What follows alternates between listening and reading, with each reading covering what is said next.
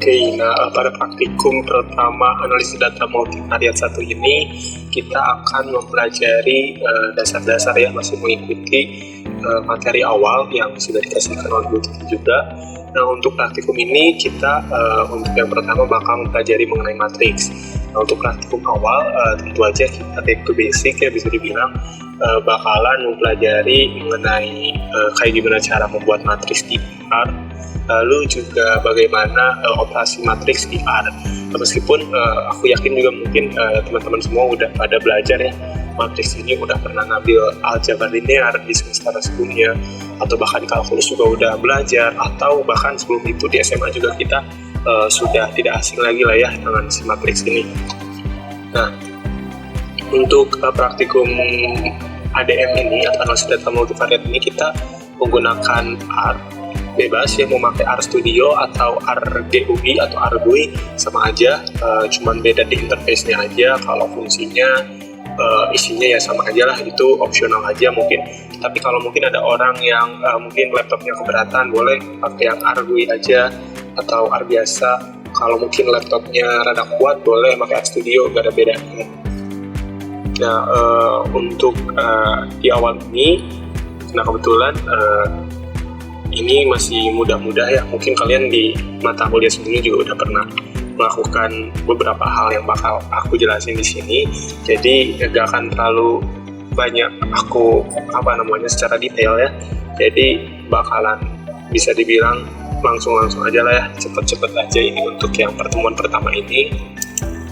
Nah, pertama di praktikum pertama ini mengenai operasi matriks, kita bakalan belajar di R bagaimana cara membuat matriks, lalu penjumlahan matriks, pengurangan, perkalian, transpose, inverse, determinan, dan lain-lain ya.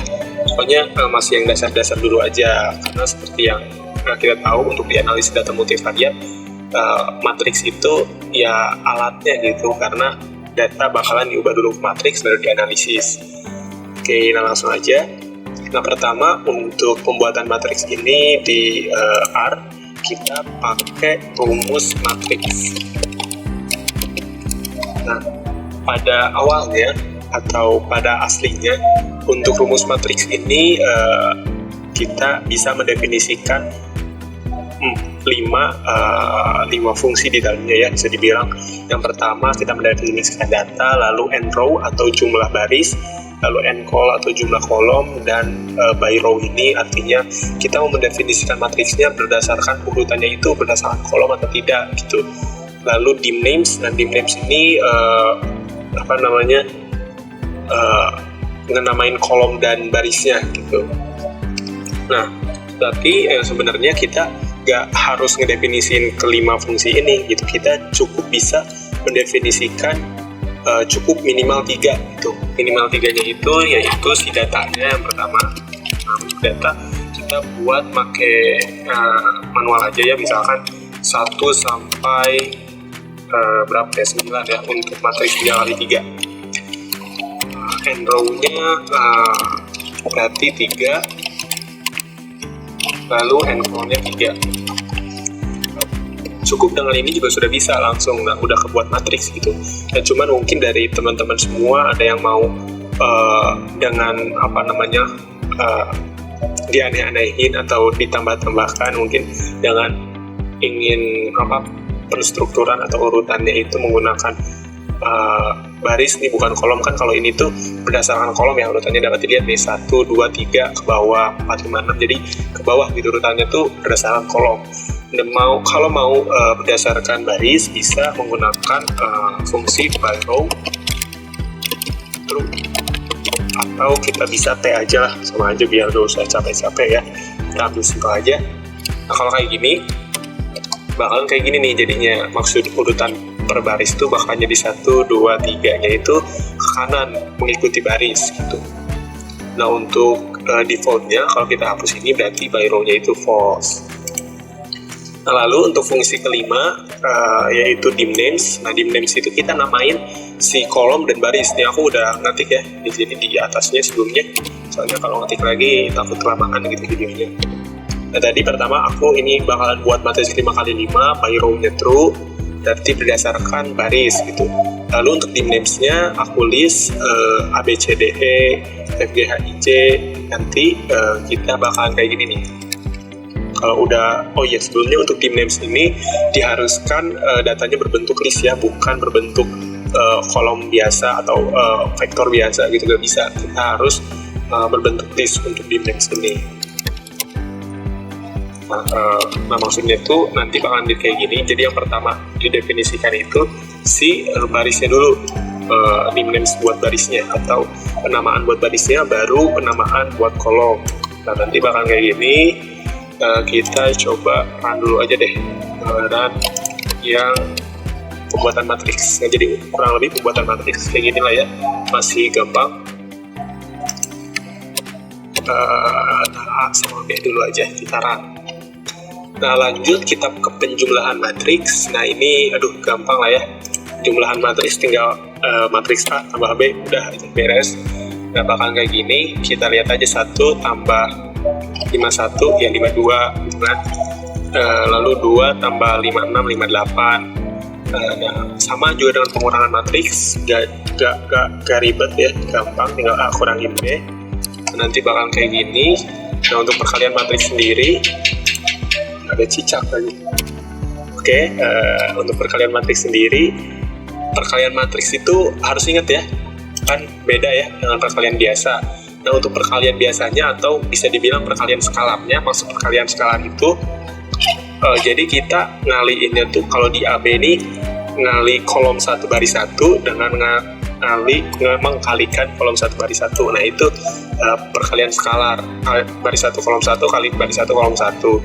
Baris 2 kolom 2 kali baris 2 kolom 2. Nah, itu kolom perkalian skalar. Nah, kalau untuk perkalian matriks seperti yang kalian ketahui, ya udah pada tahu lah ya perkalian matriks kayak gimana, pasti beda dengan skalar. Nanti kita gunakan di A itu bukan A kali B lagi atau A bintang B, tapi A persen bintang persen B. Nah, persen bintang persen ini menunjukkan perkalian matriks gitu.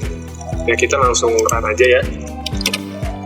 Ini perkalian matriks, ya pokoknya perkalian matriks lah ya, kalian juga udah gak asing lagi. Untuk perkalian skalar pasti beda. Nah, kayak gini. Lalu, nah kalau kalian juga mungkin udah pada tahu ya, kalian sekarang lagi belajar TEOS juga nih, TEOS 1 pasti gak jauh lah nanti bakalan ketemu sama cross product gitu kan, atau bahkan di sebelumnya juga pasti kalian udah tahu lah ya, di cross product itu di aljabar linear lah ya, jelas pasti udah dijelasin kalau cross product itu berarti kan bukan mengkalikan ya, meng-X kan. Kalau di lambang itu lambangnya X gitu ya kalau di matriks, yang mana berarti kan salah satu matriks ini, salah satu A atau B ditransposkan. Itu mau yang A, mau yang B, pokoknya salah satunya ditransposkan. Itu cross product, baru dikalikan, habis ditransposkan salah satu, dikalikan.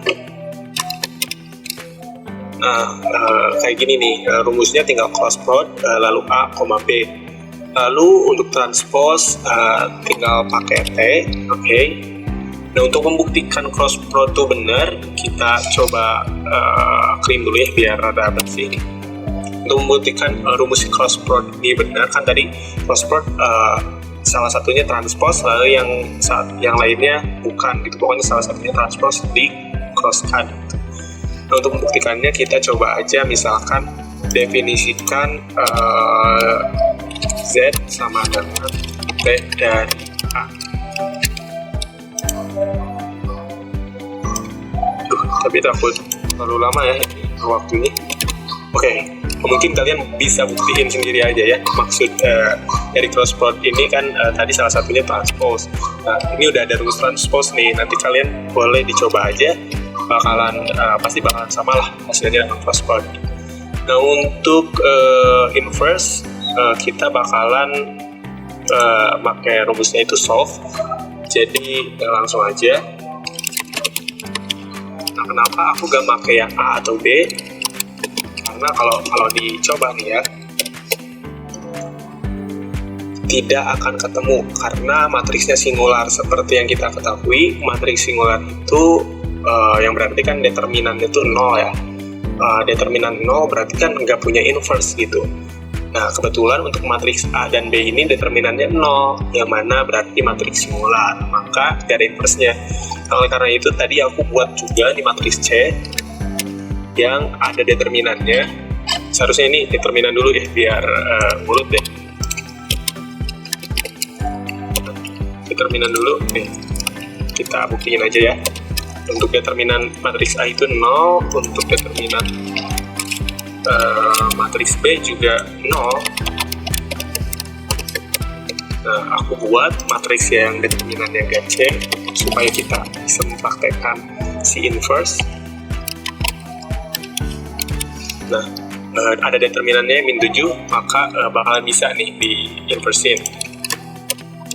Ada inverse-nya. Untuk inverse juga kalian pasti udah gak asing lagi lah ya, gak usah dijelasin. Nah, lanjut ke eigenvalue, eigenvector, dan SVD. Eigenvalue, eigenvector, SVD juga ini mah semuanya sih aslinya udah kalian kenalin ya di aljabar linear gitu kan, udah pada tahu lah ya. Nah, untuk eigenvalue dan eigenvector rumusnya itu cukup dengan eigen A misalkan. Nah, ini tuh langsung bakalan keluar si eigenvalues-nya dan eigenvectors-nya. Tapi kalian juga mungkin mau cuman vektornya, cuman values-nya gitu. Kita bisa juga, cuman pertama kita definisikan dulu ya di misalnya kita definisikan D sama dengan eigen A. Lalu misalkan kita cuma mau ngelihat eigenvalues-nya aja gitu, gak semuanya gitu, biar gak terlalu banyak sintaks yang outputnya. Kita bisa gini aja, langsung di sama dengan values tuh, langsung keluar values-nya aja, atau di sama dengan vektor sama dengan $, vektor. Nah, langsung keluar vektornya. Nah, lalu SVD. Nah, SVD ini sebenarnya kalau di analisis data multivariat gak terlalu digunakan sih aslinya. Digunakan kalau digunakan kalau tapi dalam catatan kalau asumsi si data multivariat yang digunakan itu tidak normal. Nah, kan biasanya untuk multivariat uji yang akan kita lakukan itu memiliki asumsi normalitas. Nah, kalau asumsinya normalitas terpenuhi, kita bakalan pakai si eigen ini buat menjadi si penghitungnya lah. Nah, lalu kalau si normalnya nggak terpenuhi, kita bisa pakai SVD. Tapi ada akal lain juga sih supaya tetap pakai si eigen, cuman ya jaga-jaga aja gitu ya, supaya ada cadangannya, tetapi masih bakal lebih sering dipakai si eigenvalue dan eigenvector dibandingkan si SVD ini. Nah, SVD ini kalau kalian lupa singular value decomposition ya, pokoknya itu ya sama kayak namanya lah ya, pokoknya mendekomposisikan atau mengecilkan si matriks yang besar ini menjadi tiga bagian ya, kalau nggak salah itu D, U, dan V ini. Nah, pokoknya kalian juga udah tahu lah ya, pokoknya untuk SVD, eigenvalue, vektor, determinan inverse itu udah kalian pelajari juga di aljabar linear. Nah, lalu untuk yang terakhir ini, diaga ini sebenarnya bukan terlalu apa-apa gitu ya. Nah, untuk diag ini sebenarnya cuman kayak gimana kita membuat matriks diagonal. Nah, misalkan aku membuat ini A sama dengan C1,23, terus vektor ini kita mau jadikan matriks diagonal, ya udah tinggal diag sama dengan A gitu. Nah, udah kayak gini bakal jadi matriks diagonal 1, 2, dan 3. Nah, mungkin kurang lebih itu ya untuk pertemuan praktikum ke-1. Mungkin kita gak akan terlalu banyak juga karena masih di awal-awal juga, masih mengingat basic-basic juga, karena matriks ya dasar analisis data multivariat itu matriks gitu. Jadi ya mungkin pahami lagi aja mengenai matriks. Jika ada yang lupa-lupa, cari lagi. Mungkin sekian dulu dari aku. Terima kasih. Wassalamualaikum warahmatullahi wabarakatuh.